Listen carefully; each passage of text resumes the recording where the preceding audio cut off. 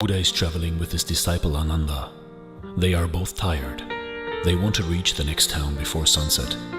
They are rushing as fast as possible. But Buddha has become old, and Ananda himself is older than Buddha. They are worried that perhaps they will have to stay in the forest for the night, that they will not be able to reach the nearby town. They ask an old man, a farmer who is working in his field, "How far is the town?" And the old man says, "Not very far. Don't be worried.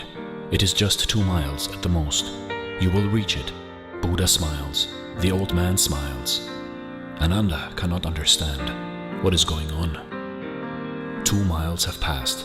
There is no town yet, and they are even more tired now. An old woman is collecting wood, and Ananda asks her, "How far is the village?" And she says, "Not more than 2 miles. You have already reached it, don't be worried." Buddha laughs, the old woman laughs, and Ananda looks at both and says, "What is this laughter?" And after 2 miles, still, there is no town. They ask a third man, and again, the same answer and the same situation. And Ananda drops his bag and he says, "I am not going to move anymore. I am so tired. And it seems we are never going to cross these 2 miles. 3 times we believed. But one question arises in my mind. Living with Buddha for 40 years, he has learned how to live with such a man, not to ask him unnecessary questions. But he says, "Now if it is unnecessary or necessary, I don't care. One thing you have to tell me. Why were you laughing when that old man said 2 miles? Just 2 miles, you don't have to go more than that. And again you laughed with that old woman, and she also smiled. And again with the third person, the same thing happened. What was this laugh? What was transpiring between you people? You don't know them. They don't know you."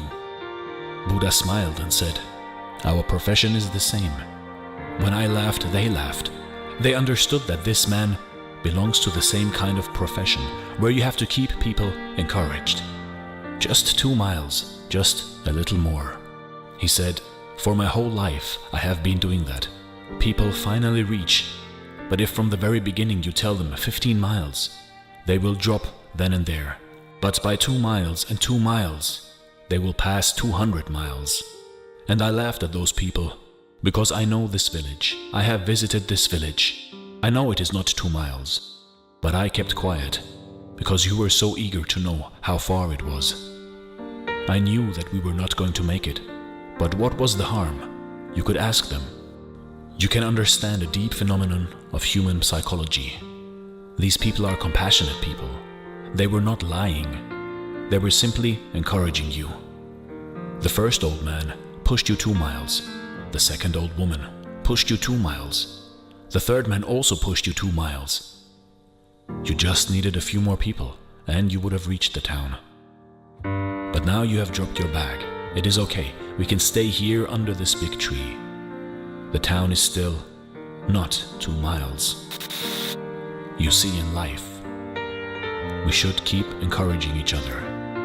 It is not lying when you push a person once you see their journey has been rough and will continue to be rough for a long time. You don't tell them how long their journey will be. You just tell them, "My friend, just go a little bit longer and you will reach your goal." It is not lying, it is encouraging. It is about empathy. It is about believing and pushing that person to believe in themselves. And if we all encourage ourselves a little bit, our lives will all be better, just a little bit.